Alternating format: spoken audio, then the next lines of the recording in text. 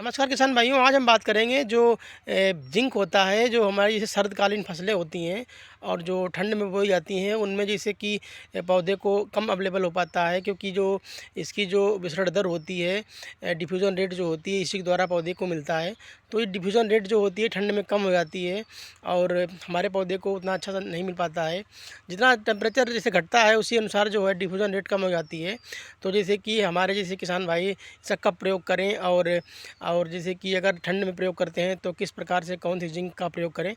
तो जैसे बात करते हैं कि जैसे जिंक अगर हम बुवाई के समय देते हैं, तो अगर नवंबर में बुवाई कर रहे हैं तो नवंबर में जैसे कि ज़्यादा मतलब टेम्परेचर कम नहीं होता है, नवंबर तक अगर बुवाई टाइमली बुवाई कर देते हैं जैसे रबी सीजन की, तो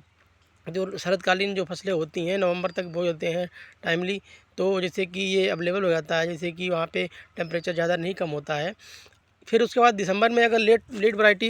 जिसे बोते हैं, इसके अलावा लेट बुआई कर देते हैं हमें, तो जैसे दिसंबर में टेम्परेचर बहुत कम हो जाता है, तो जो विसरण दर होती है वो कम हो जाती है, जिससे कि हमारे जो जैसे जिंक जो होता है वो पौधे को नहीं अवेलेबल हो पाता है। तो जैसे कि हमारे जो किसान भाई अगर टाइमली सोइंग कर रहे हैं, मतलब समय से बुवाई कर रहे हैं, तो उनको जिंक पूरी जो है अपने बुवाई के समय ही डाल देनी चाहिए। और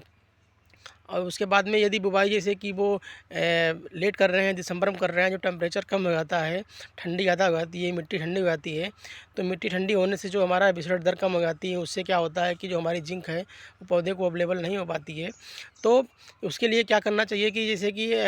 हमारे किसान भाई जो लोग हैं जो ठंड में जैसे बोएंगे, जब बाद में दिसंबर में लेट में बोएंगे, तो उसके लिए उनको स्प्रे के रूप में अपने खेत में डालना चाहिए। जैसे कि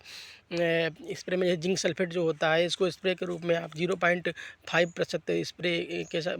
की तरीके से आप इसको मतलब अपने खेत में स्प्रे कीजिए। 0.05% का मतलब ये होता है कि जैसे आधा ग्राम यदि आप जिंक सल्फेट लेते हैं, तो मतलब 1 लीटर पानी जो होता है उसी के बराबर होता है। तो 1 लीटर पानी में आप आधा ग्राम जिंक सल्फेट लीजिए। और यदि 15 लीटर का जैसे टैंक आता है नैपसेक स्प्रे का, तो उसमें आप आधा ग्राम के अनुसार आप वही 7.5 ग्राम हुआ जाके, तो 7.5 ग्राम आप मतलब जिंक सल्फेट को प्रयोग करें एक टंकी में। और यदि आप टाइमली बो रहे हैं, जैसे नवंबर में ही बुवाई कर रहे हैं, तो आप जिंक सल्फेट को आप बुवाई के समय दे सकते हैं, जैसे कि। और उसकी जो मात्रा जैसे होती है बुवाई के समय, आप अलग अलग फसलों के लिए अलग अलग होती है, लेकिन जनरली बात की जाए तो जिंक सल्फेट जैसे कि बेसल डोज के रूप में अगर आप देते हैं, तो वही 5 किलोग्राम जिंक सल्फेट 33% वाला जो होता है वो आप दीजिए। 5 से 6 किलोग्राम दीजिए, मतलब जनरली जो क्रॉप होती हैं, फसलें होती हैं, 5 से 6 किलोग्राम प्रति एकड़ आप दीजिए। और जैसे चिलेटेड जिंक जो आता है वो थोड़ा कॉस्टली पड़ता है, चिलेटेड जिंक।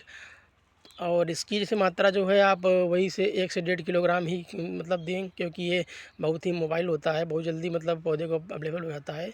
जो चिलेटेड जिंक जो होता है ये कॉस्टली पड़ता है, तो इसको आप और जल्दी अवेलेबल हो जाता है, तो इसकी मात्रा अपने खेत में कम प्रयोग की जाती है, तो वही 1.5 से 2 किलोग्राम ही प्रति एकड़ में यूज़ कीजिए।